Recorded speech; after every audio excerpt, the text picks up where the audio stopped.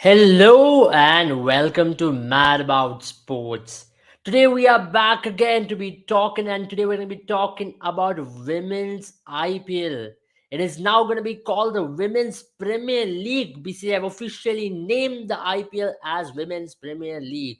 But before we get into the video, if you are an aspiring analyst and if you also want to work with these women franchises, or if you want to work with any of the IPL teams or any leagues, and if you want to be an analyst, we are conducting a workshop this weekend. So the link will be on the description and do check it out because this could be a stepping stone to a long, elongated career of being an analyst for you.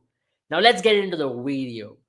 As we all discussed earlier regarding women's IPL definitely was a kickstart and a project which BCCI had. Now, as we speak now, women's IPL have already gotten a media rights and also have now five franchise owners from five different cities. Now, talking about the media rights first up. Media rights is a very big event, as you all know. Even with the men's media rights, it created a lot of hue and cry. And as it happened with the men's, the digital rights and the media rights went to this time to Viacom 18. They won the media rights for a whooping 951 crore, which means they will pay BCCI an amount of 7.09 crores per match. That is not a small sum of money at all. Now that is a massive, massive start for women's IPL.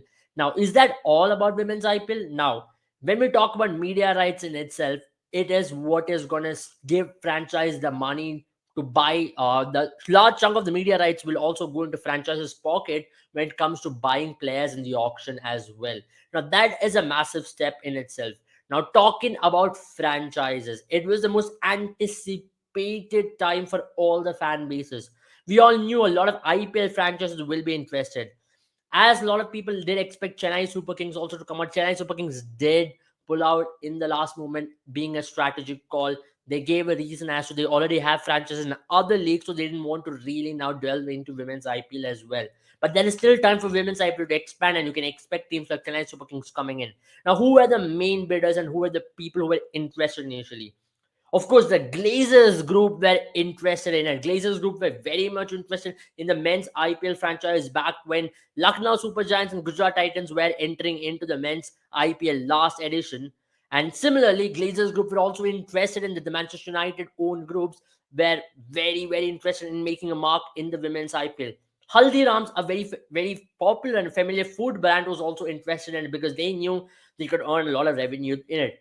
Now, who are the ultimate bidders in it, right? We can understand what is a franchise fee when it comes to it. The ultimate five bidders, Adani Group, who was part of the men's franchise bidding as well. They were very close to getting a franchise of either of Lucknow or Gujarat back in 2022 when the bidding for the men's two new franchise was going on. So they have now got a franchise for Ahmedabad at 1,289 crore, which is the highest paid franchise fee at this stage. And now talking about India Win. Now you all may be wondering what exactly is India Win Sports Private Limited. It is none other than the Reliance Group who owns Mumbai Indians, MI Capitals, and MI Emirates. The well-known Ambani Group is now also into women's IPL. They are the only franchise to have teams in all four leagues, and alongside Delhi Capitals as well. We can talk about it, but they are the only IPL winning franchise to own a women's IPL team, and they won at a 12.99 crores. Now, Royal Challengers Sports Private Limited. A lot of Bengaluru fans wanted a team in other leagues. It was always that they never found themselves in South Africa 2020 or even in Emirates League. So that was a slight bit of disappointment for the fan base which Royal Challengers Bangalore has got. But now they have a franchise or a home team to support with. They also had to compete with nine other bidders to get that Bengaluru franchise because there were nine other bidders who were interested in owning Bengaluru based franchise.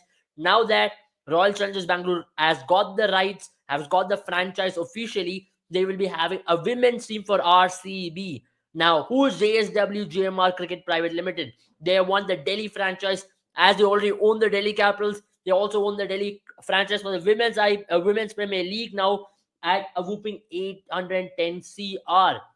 And finally, Capri Global Holding Private Limited. They've owned the they've owned the Lucknow franchise. As you all know, the LSG Group have now got the rights for the men's Lucknow team in the IPL. Now Capri Global Holding Private Limited now will have the Lucknow franchise for the Women Premier League. Now, what is it now with the men auction on the franchise which was done initially in 2008? Now, this is now cumulatively 4,669 crore. It has now officially broken the record which was earlier set by the men's auction in the initial year, which was 2,895 crore, 94 crore rather. Now that really means something, isn't it? Of course, we can talk about the expansion of the game, the more money the BCCI is able to generate in the last decade or so, or the more money which the companies are able to generate. They definitely see a future.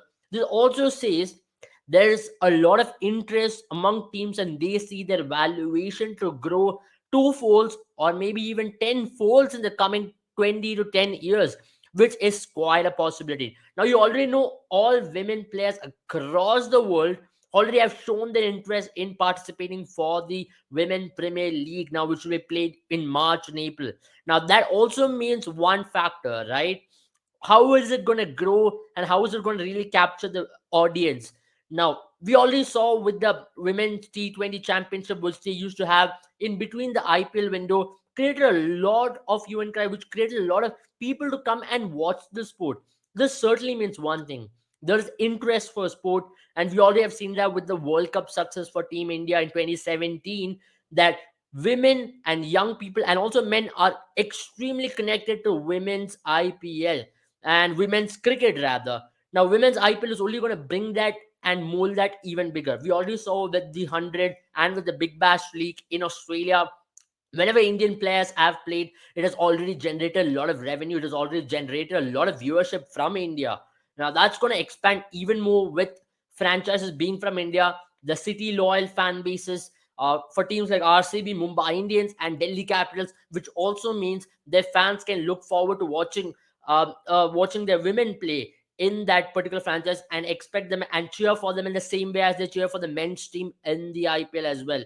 Now, that's also going to help a lot of young kids to take up sport. That's also going to create an ecosystem where you're going to have scouting. You're going to find lot more talent, as we already had discussed about in the earlier video where we spoke about the women's IPL. How this is going to create a huge ecosystem for people to come in and practice. Now, this also means, as we see in IPL, teams can actually nurture the players throughout the year, watch them, scout them, provide them if they get any sort of injuries through the course of the season, which a lot of these franchises take care of. As we know about Mumbai Indians, they are one franchise who really take care of the players. We also know incidents where they have sent private jets to take care of the players and to bring them back to Mumbai. And all these kind of Jofra Archer was a clear example. Through his injury layoff, they looked after him to make sure that he's fit and fine to come back and play for Mumbai Indians in time. So these are some of the areas which now these franchises also will be looking at. Now, what are the issues which these franchises are going to, of course, face? Number one, this is a new project which is set up. We certainly don't know how well it is going to kick off because there are leagues which you have already seen in India, which includes the likes of ISL, where the demand of ISL, especially when it comes to viewership, has certainly decreased, which is one of the reasons why the media rights is also going to be shifted very soon. Now, what is going to be the viewership and what is the ideal time to conduct it? Because during March and April, a lot of viewership tend to focus completely on IPL because they anticipate for that window. But does the people or do the people have that same amount of interest if there's clash between men fixtures and women fixtures? Because there could be a possibility where women's Premier League could be played earlier compared to the men's IPL, which will be starting from March end or April first week. Now, the men ODI team or the men test team will also be having matches during the same span of time. So is that going to clash? Is that going to create a chaos in terms of splitting viewership? These are factors which BCCI, franchise owners, and the media team will have to take care of, because this is going to be a major factor in terms of getting the viewership, getting the public to view the project which is put in place by the BCCI at this point of stage. But definitely there are positives when we talk about the women's IPL. But another also issue which they're going to face is to now set up a team. A lot of these teams will now have to set up logistics create coaching staff, all in a very short span of time, because they will have to make sure that now they set up a team which will be raring to go for the auction which will take place earlier in February, and now a team which can actually manage all these factors, because back end work when it comes to owning a franchise is massive. Logistics is massive. Getting in touch with the players, player contracts, these things can be extremely massive when it comes to operating in a very small window as well. Now these are factors which the franchise owners will certainly have to consider going into IPL, but certainly one thing which we can understand from that of the valuation of 4,669 crore is that the big companies are certainly interested in women's IPL, and they see a valuation even going up to even 10,000 crore maybe in the coming years, with more franchises maybe joining the women's IPL, and this particular product expanding globally and the interest even widening, with a lot more women across the world getting that opportunity from associate nations, from other nations, and from India in itself to get talents. And this could be a breeding ground for talent, as we have already seen with the IPL with men. Now, that is about it from us. I hope you enjoyed the video. If you really find this video informative, do subscribe to our channel, follow us so that we can keep bringing you more of these content time and time again. And also, do not forget to check out our class on cricket analytics, because that is going to be very interesting for you all if you're an aspiring cricket analyst. And do remember, because now with a lot more leads coming in, that also opens up opportunity for you to be part of any of the franchise or any of the league as an analyst. There's certainly a future in that. And take care and goodbye, all of you.